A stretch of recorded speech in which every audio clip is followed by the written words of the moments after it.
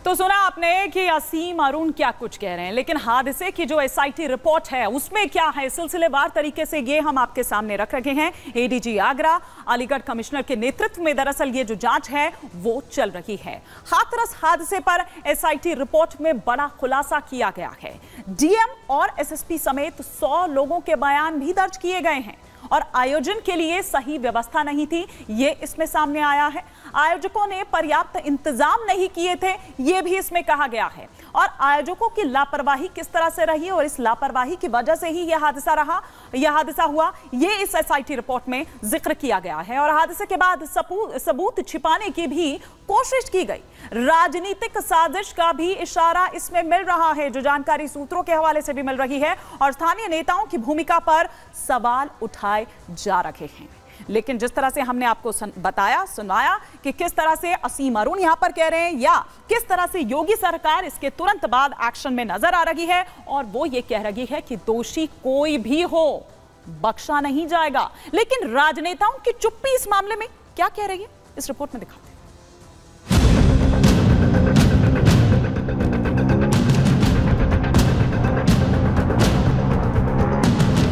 हाथरस कांड का आज चौथा दिन है। सैकड़ों लोगों ने हादसे में अपनी जान गंवा दी। 2 जुलाई को हाथरस में घटी घटना ने पूरे देश को झकझोर कर रख दिया। हादसे के तुरंत बाद से CM Yogi Adityanath action mode में आ गए हैं। पूरे घटना की पल पल रिपोर्ट ले रहे हैं। मंत्रियों से लेकर आला अधिकारियों को निर्देश दिए जा रहे हैं। कोई भी अपराधी बच नहीं सकता। हादसे के बाद ये ताबड़तोड़ एक्शन ही तो है कि अब भोले बाबा के सत्संग में मची भगदड़ मामले को लेकर एसआईटी की रिपोर्ट आ गई है। खुद यूपी के डीजीपी प्रशांत कुमार और मुख्य सचिव मनोज कुमार सिंह ने सीएम योगी आदित्यनाथ से मिलकर एसआईटी की 15 पन्नों की रिपोर्ट सौंपी है। एडीजी आगरा और अलीगढ़ कमिश्नर के नेतृत्व में एसआईटी की रिपोर्ट तैयार की गई। 15 पेजों की इस रिपोर्ट में डीएम और एसपी समेत करीब 100 लोगों के बयान दर्ज किए गए हैं। इससे पहले बुधवार को सीएम योगी आदित्यनाथ ने खुद हाथरस का दौरा किया था। हाथरस हादसे में घायल लोगों और जिनके अपनों की जान चली गई, उनसे मुलाकात की और दुख की इस घड़ी में ढांढस बंधाने की कोशिश की। सीएम योगी ने इस दौरान इस मामले में साजिश की भी आशंका जताई थी। इसी बीच हाथरस हादसे में मौत पर राजनीति का नया चैप्टर भी शुरू हो चुका है। पीड़ित के घावों पर मरहम लगाने के नाम पर सियासत हो रही है। कांग्रेस नेता राहुल गांधी ने आज अलीगढ़ के पिलखना गांव पहुंचकर पीड़ितों से मुलाकात की। हादसे में अपनों को खो चुके लोगों को मदद का भरोसा दिया। कहा कि इस मुद्दे को सदन में उठाएंगे, न्याय दिलाएंगे। की बात है, बहुत परिवारों को नुकसान हुआ है, काफ़ी लोगों की मृत्यु हुई है, तो दुख की बात है। मैं इसको राजनीतिक प्रिज्म से नहीं कहना चाहता हूँ, मगर प्रशासन की कमी तो है जी और गलतियां तो हुई हैं, फोन थोड़ा साइड करिए, तो ये पता लगाना चाहिए। लेकिन राहुल गांधी के इस झूठ से उस महिला ने पर्दा उठा दिया जिससे राहुल गांधी खुद मिले थे। वो महिला जो खुद हादसे के वक्त मौके पर मौजूद थी और हादसे की चश्मदीद भी है। सुनिए कैसे महिला ने राहुल के फेक नैरेटिव की पोल खोल दी। पूछ रहे थे आपकी माँ थी, कहाँ गई थी, सत्संग में गई थी, तो घटना किस तरह हुई। मैंने बताया उनको कि घटना किस तरह से हुई थी। चलते वक्त बाबा ने कि मेरी चरणों की धूल लो।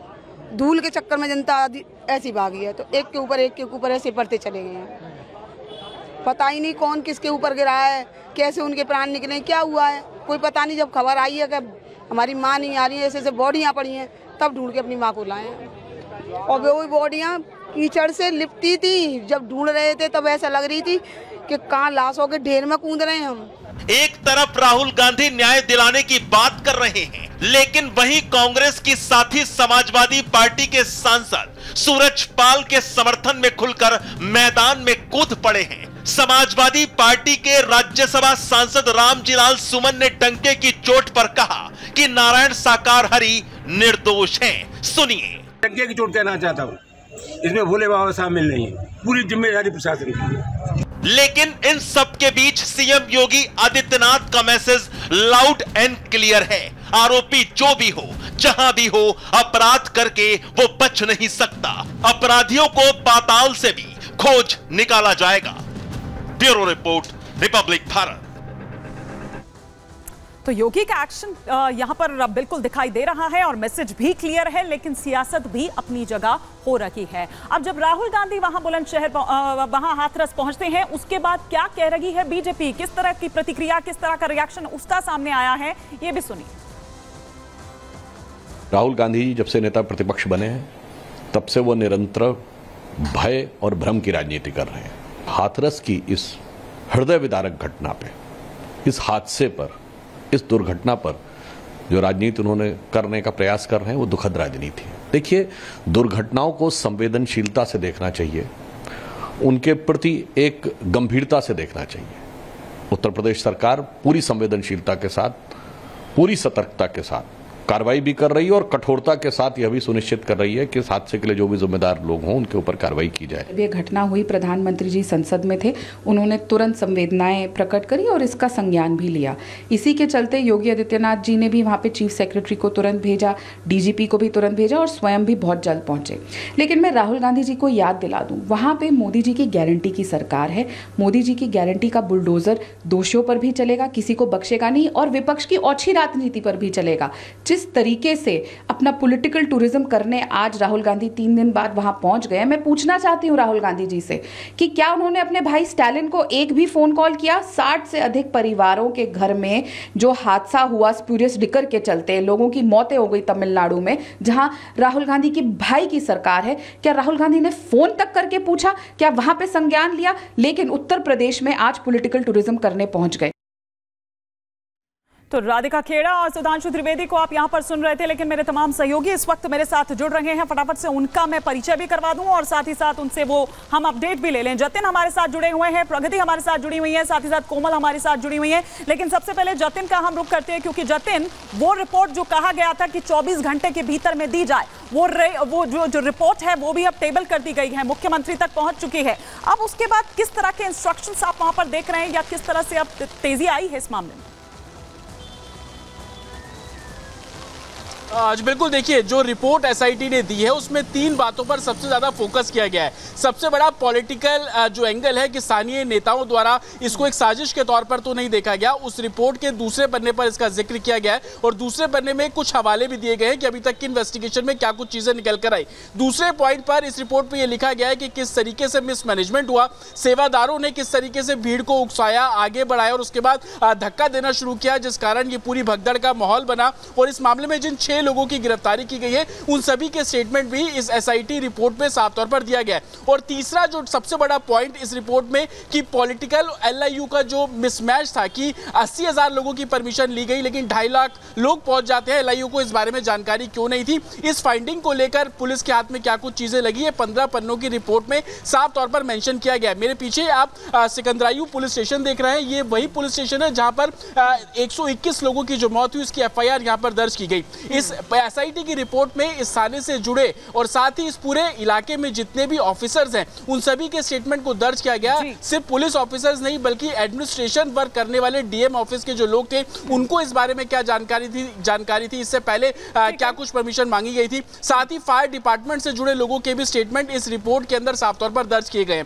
अब एडीजी ने खुद ये रिपोर्ट जो है सीएम को सौंपी है, तो आगे किस तरीके से इन्वेस्टिगेशन की जा रही है इस मामले में भी जानकारी जो प्रशांत कुमार है उन्होंने मुख्यमंत्री को दी है। 6 लोगों की गिरफ्तारी की गई, बाबा का 6 लोगों की गिरफ्तारी हुई और आगे किस तरह से बढ़ा जा रहा है वो भी जानकारी दी गई है। बिल्कुल जतिन, आप हमारे साथ बने रहिए, लेकिन जरा एक बार कोमल का भी मैं रुख करती हूँ, फिर प्रगति शर्मा का मैं रुख करूंगी। लेकिन कोमल, इस मामले में जो सियासत हो रही है वो अलग, लेकिन ये भी कहा जा रहा है, आरोप ये भी लग रहे हैं, बाबा के कुछ जो अनुयायी हैं वो भी कह रहे हैं और कुछ दबी छुपी जुबान में इधर से भी आवाज उठकर आ रही है कि बाबा राजनीतिक साजिश का शिकार हुए हैं।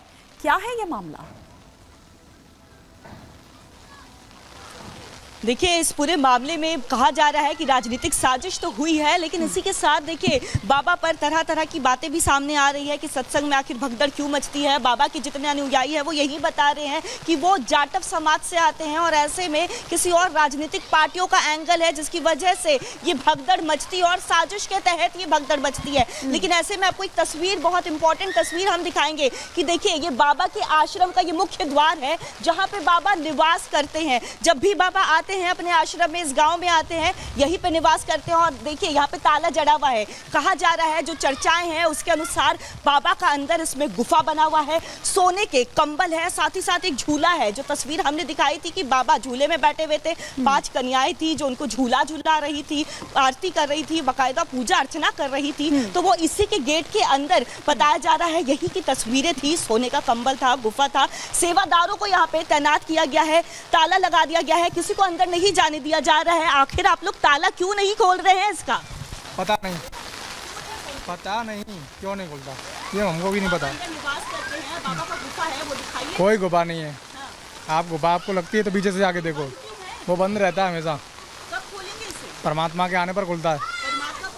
जी, नारायण साकार हरि परमात्मा, बस। आपको साथ ही साथ देखिए यहाँ पे तस्वीर दिखाएंगे, साफ तौर पर इन्होंने कह तो दिया कि ताला नहीं खुलता है। तो आखिर इसके अंदर क्या राज छुपा है, जो इसके अंदर ऐसा क्या राज छिपा है और क्यों नहीं सामने लाने देना चाहते हैं, ये भी एक बड़ा सवाल यहाँ पर बना हुआ है। लेकिन